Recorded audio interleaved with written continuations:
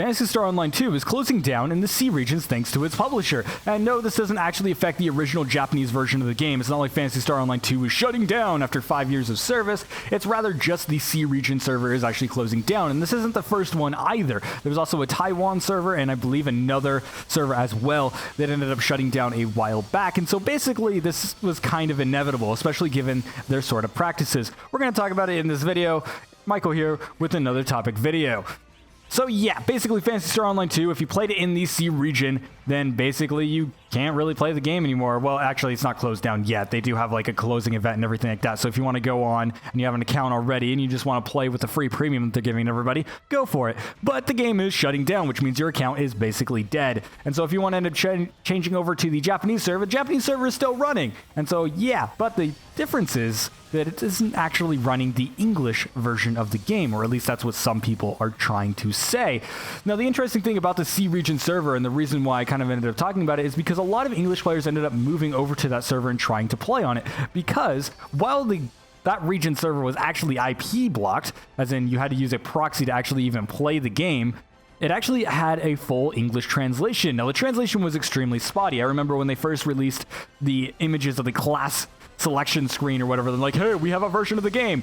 It was the very first image I ever saw of it, and they translated Force, which is a very well-known class within the Phantasy Star universe, and basically they changed it to Wizard. And I'm like, all right. And they obviously changed a bunch of other stuff I definitely wasn't happy about. Different bosses had their names changed, like Dark Falls had his name changed, and basically different items and stuff like that that were very, very iconic and have been translated into English before were basically changed and stuff like that. And they took a lot of their own liberties, and a lot of them didn't make sense. They would translate entire region names into different colors.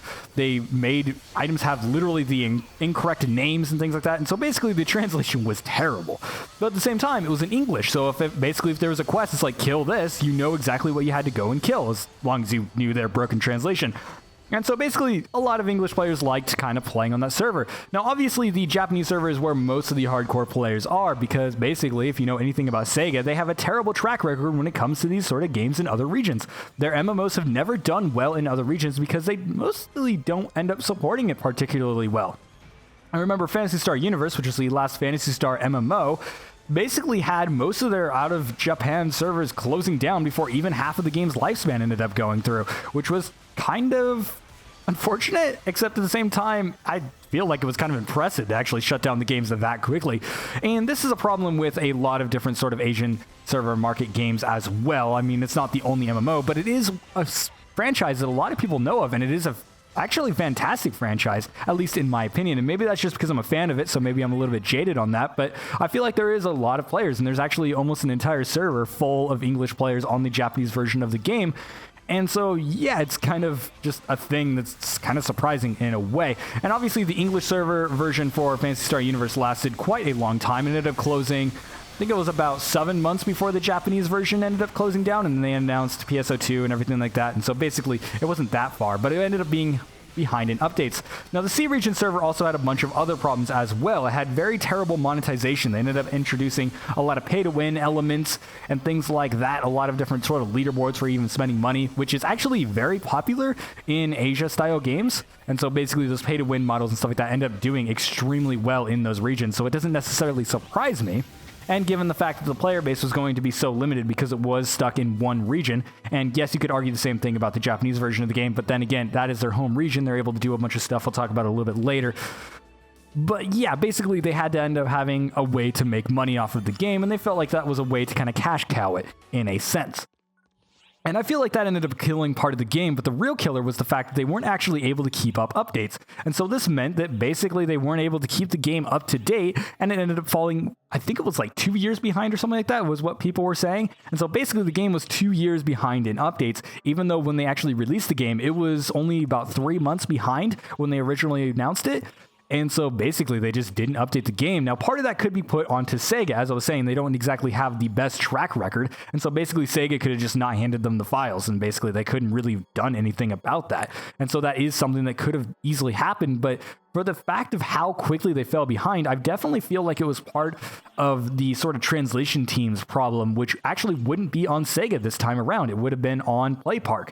It would have been their sort of deal to actually deal with all of that sort of thing and actually get everything updated and everything like that, because handing over files isn't necessarily difficult. Now, there is a bunch of different sort of licensing and stuff like that they have to go through. Now, PSO2 and the Japanese server has a bunch of different sort of collaborations and stuff like that. Like right now, they have on the TV screens, they're doing some anime thing. And so basically, if there's a new anime you're interested in, it's like on there and it's like, oh my God, they do a bunch of that type of stuff. And so it doesn't necessarily surprised me that it might take a little bit longer because they have to pull out that content and figure out how licensing is going to work. And every once in a while, they have one that's going to be in one region and one not in another and stuff like that. So that makes sense. And so that could be partially on Sega. But I have a feeling it's mostly, by the way, I'm just waiting for this party to fill up because it's a special event that's going on right now. I'll talk about that in a moment. But that doesn't kind of negate the fact that they could have easily done other sort of things, like making their own events. For example, like right now on the Japanese server, they have an event going on to where you can get badges and things like that, and you can end up playing through the server and end up doing all this other types of stuff inside the event right now. Like they have special skins and stuff like that you can earn with badges that you're playing. They have this special mission that has like XP boosts on it and stuff like that.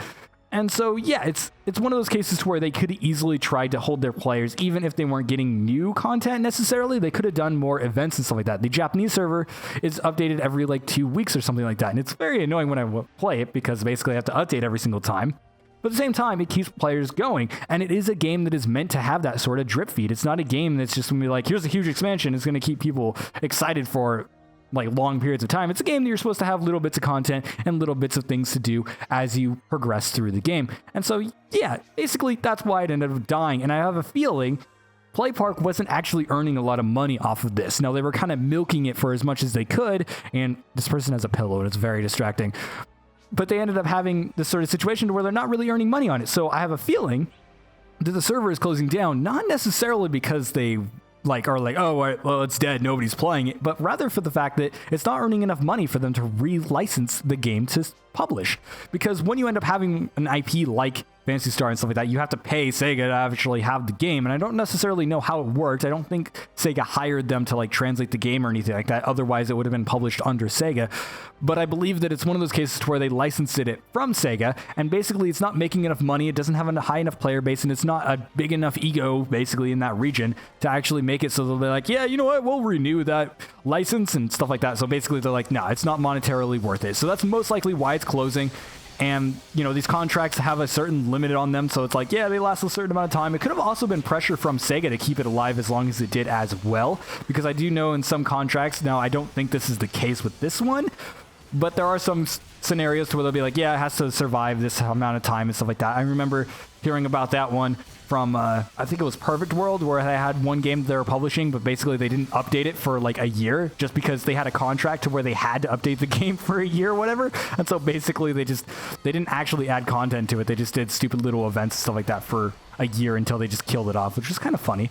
But I don't think that was actually the case here. I think it's just a case of PlayPark isn't seeing the money, and so they're not renewing the contract, which is kind of unfortunate. So if you played on the C regions, you should probably end up looking into the Japanese version of the game if you did enjoy playing it and everything like that. And if you ever want to join me, hello, I have a Discord and everything like that. You can end up finding it in the description as always. And so it's called the Broken Chat Box. You can end up hitting me up in there and get my username and stuff like that. I play every once in a while. It's like once a week or something like that. I ended up jumping on it. So if you're looking to start new, you can end up adding me to your friends list and stuff like that.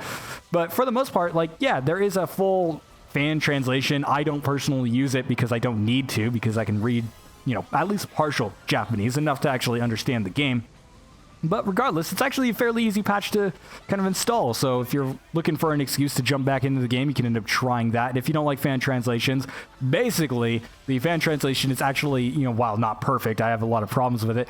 It's not, the best translation in the world. It's also easily going to be better than the other region that calls force into a wizard, which is absolutely ridiculous, quite frankly. But yeah, so ultimately it sucks for the people that were playing on that server. I think it's mostly going to be sort of a nail in the coffin for any sort of other releases, because that is a sort of market that is, I guess, sort of tried and tested with these sorts of games, like free-to-play games that work really, really well in those regions, especially action MMOs and stuff like that, or even non-action MMOs. They fare really, really well in those regions, and it's kind of unfortunate that PlayPark kind of screwed this up, because basically it's one of those situations where if they would have ended up performing extremely well and they would have done a really good job with it, it could have ended up getting ported to other sort of regions and translated and stuff like that, and that would have been great. But unfortunately, this is going to be a nail in the coffin for any sort of region that wants to take up the game, unless somebody wants to pay some ridiculous licensing fees and really talk to Sega and be like, hey, Sega, we really want to publish this because there's a lot of money in it, and yada, yada, yada. Well, quite frankly, the game is 5 years old now. It's not going to have that much of a market outside of Japan anymore. A lot of the fans that are already playing the game are playing on the Japanese server anyways, and so if you moved it to an English server, yes, you'd get some people playing it, but they probably still play on the Japanese server as well, because basically the only people still playing the game are, for the most part, die-hard fans.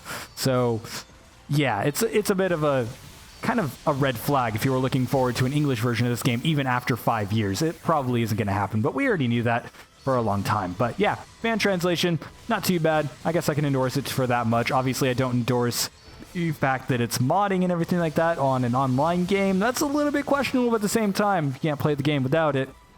Hey, go ahead and try it, or learn Japanese. That's not an excuse. It's a terrible one. But anyways, thank you guys so much for watching. Make sure to like, comment, and subscribe for more content like this one. You can also end up checking out my other types of series as well. I run a review series called Impressions Reviews, where we talk about mechanics and stuff like that. The most recent one I did was for a game called Runestone Keeper, which is basically a roguelike tile-based game, which is actually kind of interesting. I found it fairly fun, although it is super randomized, so a lot of people might not end up liking it because it's kind of like one of those situations where you go into a casino and lose hundreds of dollars, except in this case, you lose your game, which is lame. So yeah, some people might not like it, but you can end up checking that one out. I also do other styles of content, and if you end up wanting to join me in Phantasy Star Online 2, I do these almost nightly gaming sessions and stuff like that on my Discord and everything like that, so you can end up checking out in the description. It's called The Broken Chat Box. We used to run a podcast as well, but that's currently on hiatus for however long it's going to take to actually get people to show up to it. So yeah, but regardless, yeah, you can end up checking that out and join me in the Phantasy Star Online 2 if you want to. I don't remember where to find my user number, so I'll post that in the description. If you want to go ahead and give me a referral point for that, and you want to check out the Japanese server and you don't have an account on there, go ahead and put in my user number for the referral code, and that would be awesome because we both get rewards, because I'm always playing, and so you'll always play, I assume, or maybe not, I don't know. That's just a thing. I thought I'd mention it. I really don't care, to be honest. It gives you stupid outfits and stuff like that I don't even care about. So, yeah, I don't know. Just put in your friends if they're playing. I don't know. Anyways, thank you guys so much for watching, and I will see you guys in the next video.